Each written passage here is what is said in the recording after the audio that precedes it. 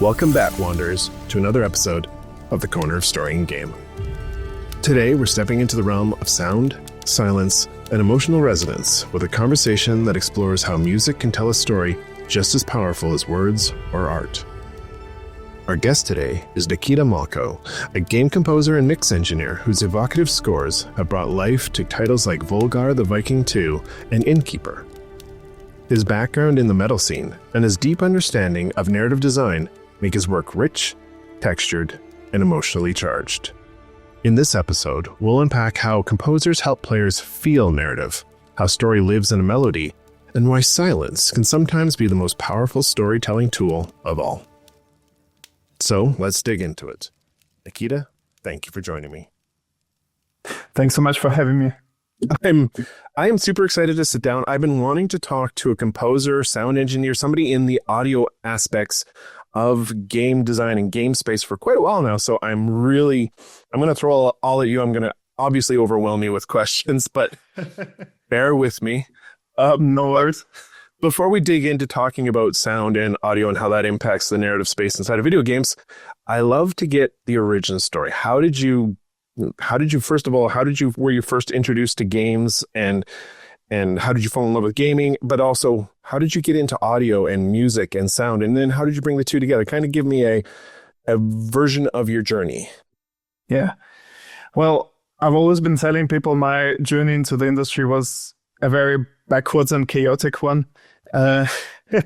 Because I've always kind of liked video games, and at a certain point I even wanted to work there, but as a developer.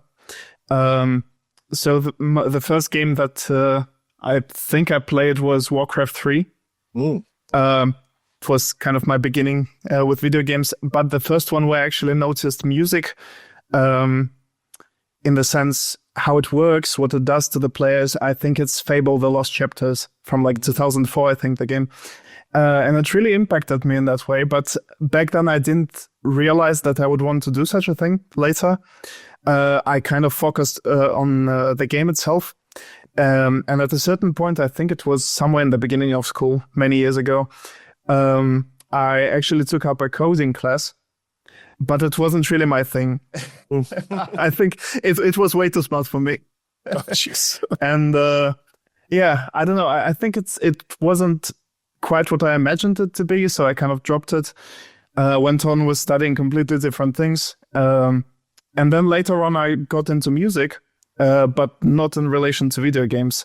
I just wanted to play guitar, and then a friend of mine started a band, so I thought, well, that's a great idea. I will pick up electric guitar now. Then I founded my own band like 10 years ago. We were playing thrash metal at first, but then I kind of got bored of it, I guess, because like there's no issue with thrash metal as a genre, but if you've listened to it for long enough, it kind of gets a bit repetitive in my opinion. So I wanted to explore different genres, and actually at some point I started forcing myself to just download a full album, no matter what it is. I didn't even read any reviews.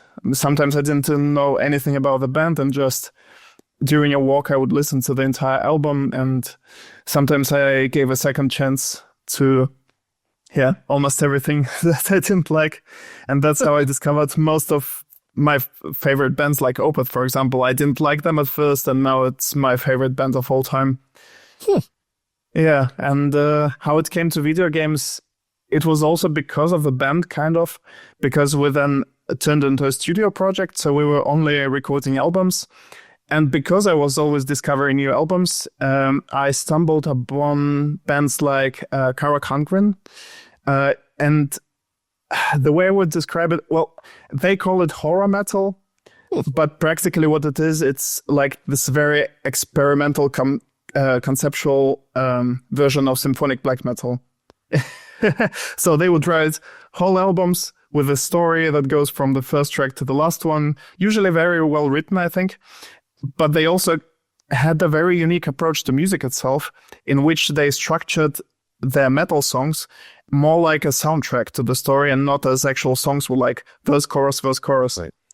And that was my first experience with something more experimental, and I wanted to go into that direction. Picked up orchestral sample libraries, started trying things like that myself.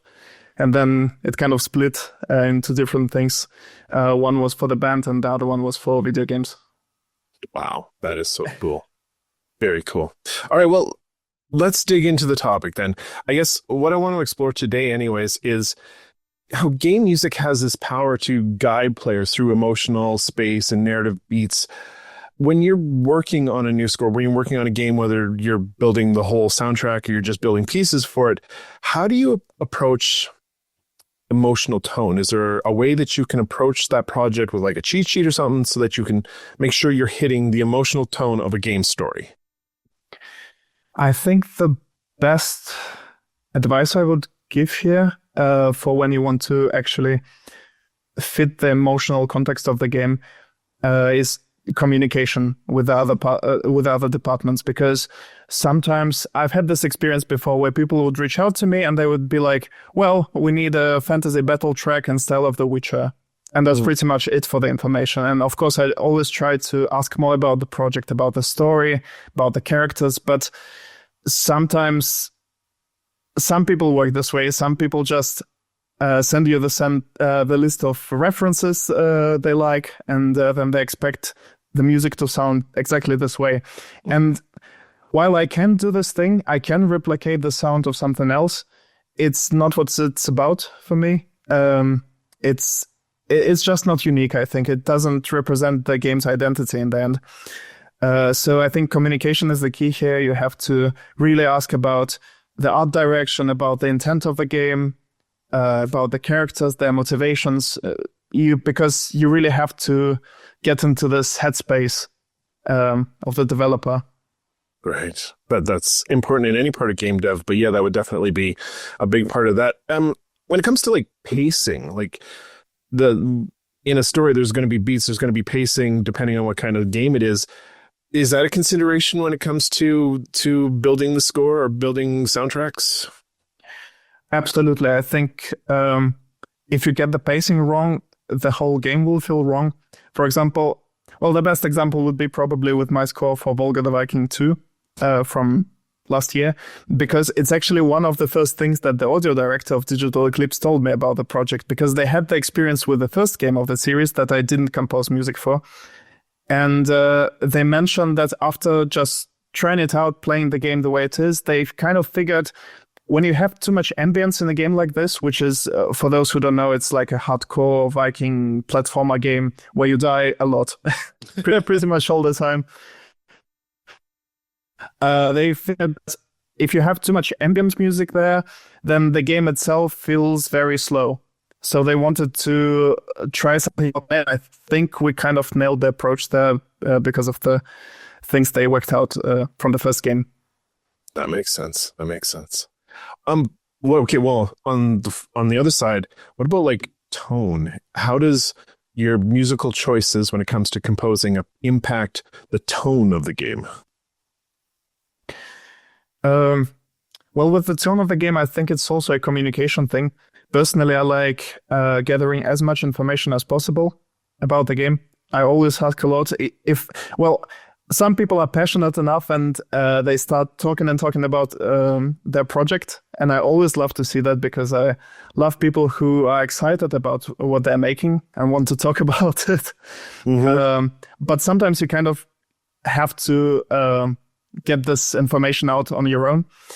What helps me personally is seeing the art direction of the game. I like having artworks, in-game footage, and I also like when the story is written out. Of course, some games don't really have a storyline. They are more like you do a certain thing and have fun while doing it. Yeah. But every game still has an intent behind it, and I think that's the most important thing there. So if you have all of this information, you can kind of make an audio concept just based on that. And that's something that I do both when I'm hired to do a job and also when I'm pitching for a certain game. I just gather all the information I can, and then I write out a concept. So, for example, what I would write in the concept would be things like symbolism in music. For example, which instruments I would like to use for certain characters, locations, stuff like that. how I would use adaptive music, and if we even need adaptive music, because some games don't really need it. There's not much difference in actions in the game that would justify adaptive music, but some games kind of rely on it to be more engaging for the player. And then I make this list, and depending on whether or not the developer likes it, we can bounce off of it. Usually I also make a demo track for it, like 30 seconds to a minute, just to try out the concept and see if it works or not. Brilliant. I mentioned I might wander off track. Something just popped into my head while you're talking about passion and all this.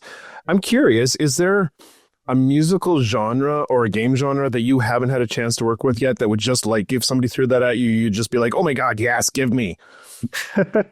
There actually is. For the game, I have a very specific game that I would like to work with, or the game genre, I guess. I would really like to work with a story-driven game that is very dark in its story, and it has like detective elements in it. So like think something along the lines of Sherlock Holmes, but with more mysticism in it. Like maybe like a Dishonored type game, if you know the game. Yeah. Alan Wake almost, kind of, a little bit. Yeah, that would be cool too. What kind of music genre have you not had a chance to play with in the game space that would be kind of fun, do you think? I've never worked with sci-fi games now. I think I could write something like that just because I just like listening to video game music. So I listen to music from pretty much everywhere. And I think it's one of the most important things for composers to just broaden the horizon, listen to everything that you can, because then you will know where to get the answers from. But what I would really like to work with is something that wants to go into the more experimental direction. So like sounds that are not usually preferred in like settings like fantasy, stuff like that. So not a purely orchestral score, but something having something weird about it. That'd be cool. That'd be so cool. All right, I'll pull us back on track here. You mentioned dynamic music, where the music shifts based on gameplay. How do you write when the narrative changes? How do you write music for when the story is more interactive and the narrative can go off in so many different ways? Is there a process that ensures that the music and the sounds can still follow wherever the player may go? Yes, absolutely. I think it's important to have a very serious playing stage before writing music. You have to really understand the game's mechanics before you start writing music, and understand in which directions the game can go. Like if sometimes interactivity in music is just about whether you're going into a dangerous direction and the music is all of a sudden ominous and eerie. Sometimes it's about intensity in the battle, for example. So you have like this base battle track, and then if you're losing health, then the music gets more intense. If you're close to victory, then it gets a bit more inspiring, I guess. So it's all about understanding the game's mechanics, and then you can kind of write it out in an audio concept, and then you just try things out, create different layers. Adaptive music is, of course, a bit more time-consuming than just the basic score where you have the loopable part, intro and outro. But I think it's very fun to experiment with stuff like that. That's so cool. Very, very cool. You mentioned before collaboration, working with other teams, bringing it specific to the narrative, because narrative is kind of at the heart of what I'm talking about here. How heavily do you have to interact with the narrative team or the narrative director in order to ensure things are hitting the same space? I'd say quite closely, because they are, after all, the people who are writing the story, so you want to really capture the essence of the story. So I try to communicate as much as possible. Of course, composing in video games is a bit of a lonely job, because unlike many other departments, you don't usually work on site. It's a big part of it is remote, so you mostly work from home, and sometimes you just don't have the even contact with some departments of the game studio. But usually, when it comes to capturing the story, it's the first thing that the developer is talking about. So, Right. In that narrative space, and I'm just curious here at this point, is there room for your soundtrack to serve narrative purposes like foreshadowing or callbacks? Is there ways to use the audio to tell the story without words? Is there a space for that? absolutely, you can use leitmotifs, for example. So you create like certain melodies or sounds that remind the player subconsciously of a certain event in the game or a certain character, and right. that's something that I try to think of during the concept stage, just so that I have a rough idea of what certain elements I could use throughout the entire score.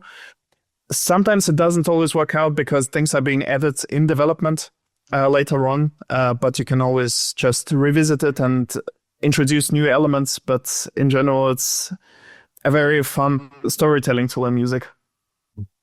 In your opinion, at least, do you think there's extra attention given to audio tells, like in World of Warcraft, the leveling up sound? I mean, that became so well known that if you heard that on somebody's ringtone, you knew what it was. Yeah. Like, is there extra attention given to things like that?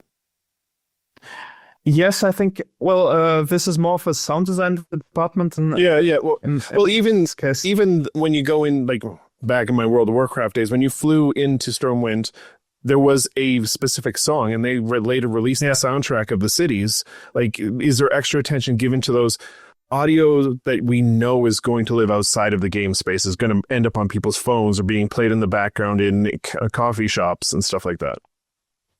Yeah.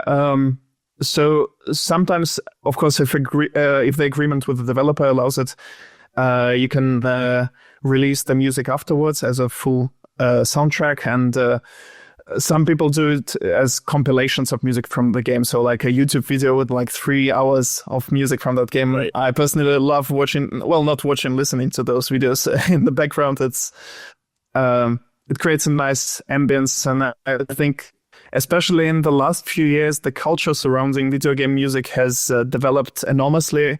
I think it was also added to Grammys. I'm not sure at this point, but I think it was added to some big music event. I'm not following that. But the culture surrounding it has definitely grown. The music is being way more recognized. And there are quite a few new trends that I've seen. For example, the usage of actual songs in games, because before it was like just instrumental stuff, like orchestral music, like in World of Warcraft, for example. You have this fantasy orchestral soundtrack, somewhat reminiscing of Lord of the Rings, I would say. Yeah. But in the recent games, if you look at Baldur's Gate 3, for example, or how's the game called? Clair Obscur, Expedition 33. They kind of got known for having those pieces where they actually have lyrics in them. And in Baldur's Gate 3, they even implemented songs within the game. Like, if you know the fight with Raphael, the demon, he is singing his own song in the game. So I think it's kind of developing. Very, very cool. Before we move on, do you have a favorite background music? I've got like lo-fi Jaina Proudmoore on all the time. Do you have like a soundtrack you listen to when you're working? That's a good one. I'd say Baldur's Gate 3 is quite high on top. Other than that, I quite like World of Warcraft music myself, so I have that on quite often. Fable: The Lost Chapters. Oh, yeah. Frostpunk has a really nice soundtrack. It's a bit different because, well, the direction of the game is also very different. It's not fantasy. It's like this frozen world, and the music really represents that. Sounds very cold. So I guess it's suitable for the winter backgrounds. It's a good example. Yeah. Yeah. Very cool. Very cool. I like it. Okay, well, you've also, and correct me if I'm wrong here, but you've also written music for tabletop role-playing game experiences. Yes? Yes, I have. Okay. So I thought so. When you're writing for something like that, where imagination fills in so much of the gaps as opposed to having on screen and all this, how does composing for that space differ than for video games? I'd say it's still very close to video games, but as you correctly pointed out, it's very much based on imagination, so you don't always get any visual aspects there most of the time when... Well, I haven't written music for tabletop RPGs for a couple of years now, but when I was starting out, I was doing a lot of that. And most of the time, I would just get bits of a story that people wanted to have music for. Sure. And then just based on the written out story, you would write the soundtrack. I think on the technical level, it's a bit easier because you don't really have to consider all the dynamic layers, all of that music technical stuff like implementation within the games. There's none of that there. So I guess it's a bit, you can go a bit more experimental in that direction and a bit, you're a bit more free with the structure of the music, I would say. You can just try to represent the story the best way possible and the rest will figure itself out later. Very cool. Very, very cool. That sounds like fun. Well, I'm sorry. No, hit it. Come at me. I actually kind of miss writing for tabletop RPGs. It's the past few years I've been very heavily focused on video games, and I've also been posting like a maniac on every platform about video game music. But tabletop RPGs have a special place in my heart, I would say. Do you play? I should have asked this earlier. Do you play tabletop still? Are you? That's an interesting question because somehow I've never had the opportunity to try it out. I've always wanted to, but especially the last few years, I've always been here writing music. So I haven't had any opportunity to try things out like that. So one day, I guess. You need to find a group. One day could be today. Absolutely. I'm being now that you brought me back on that, my brain has to figure out where.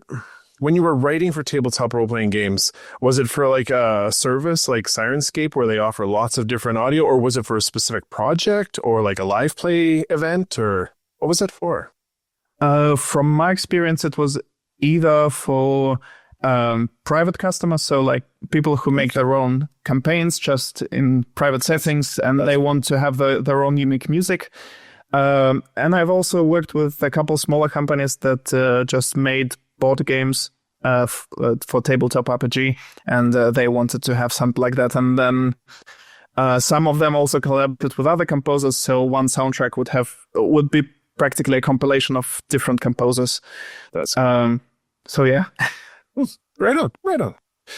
Okay, well, I'm going to bring our core topic to a close. I have some fun questions for after, but I guess my last question, kind of to bring it all together, I guess, would be, for the narrative people, for the game writers, the people who are working in that department or trying to tell a story through a video game, what advice would you give them relevant to the soundtrack and the music that's going to be added to their story later? What should they know? If you could reach out to writers everywhere and say, hey, you need to remember this when it comes to the music, what would that be?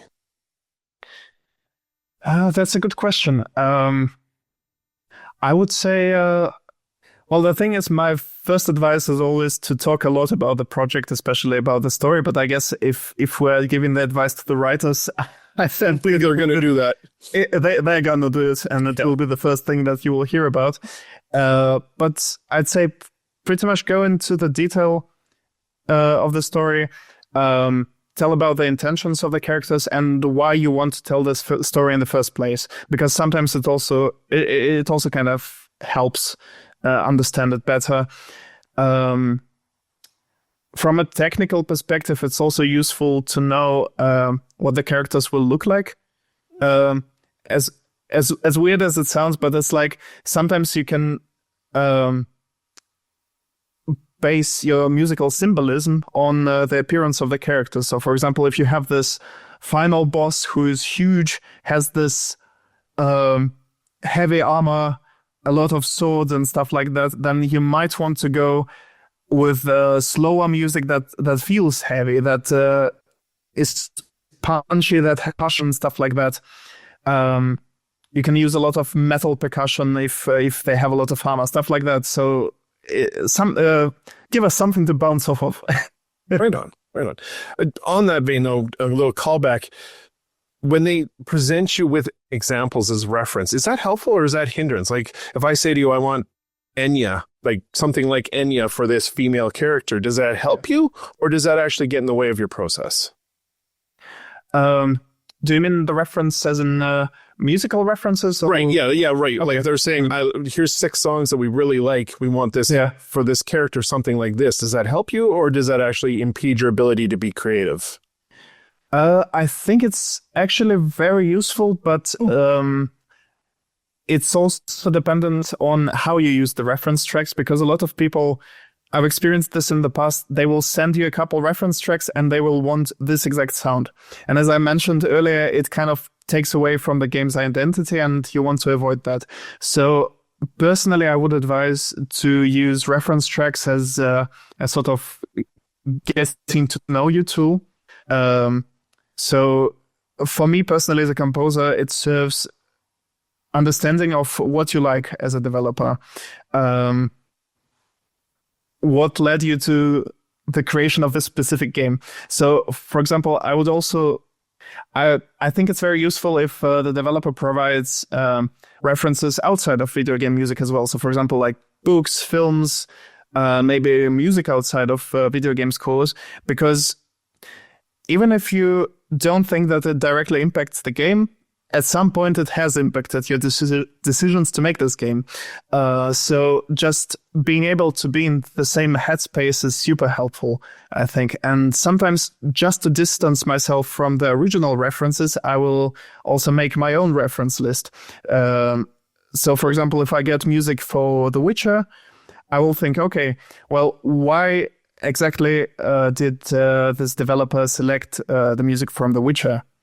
And then based on that, or based on what the developer has told me before, I will look for other scores in that genre that are kind of similar, but not too similar. And then I can kind of see where I can, what I can explore sonically.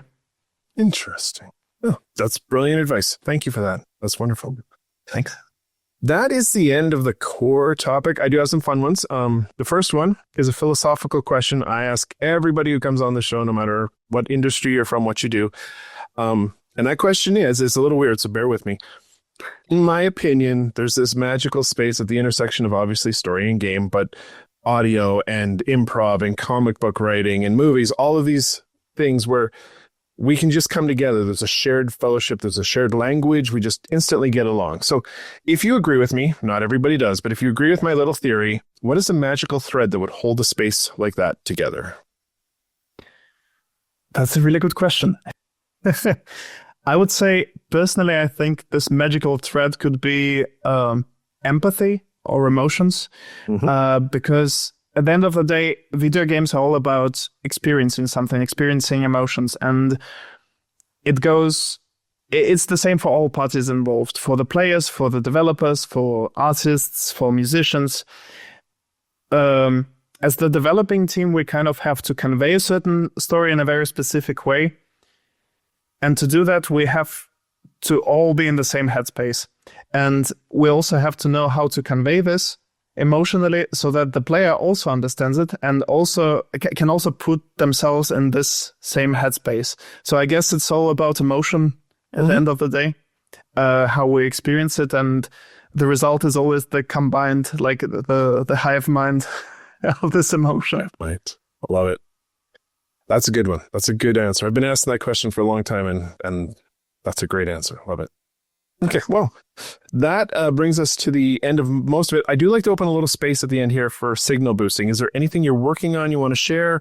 Anything you've worked on in the past you want to share? Or conversely, where can we find you online if you want people to follow you?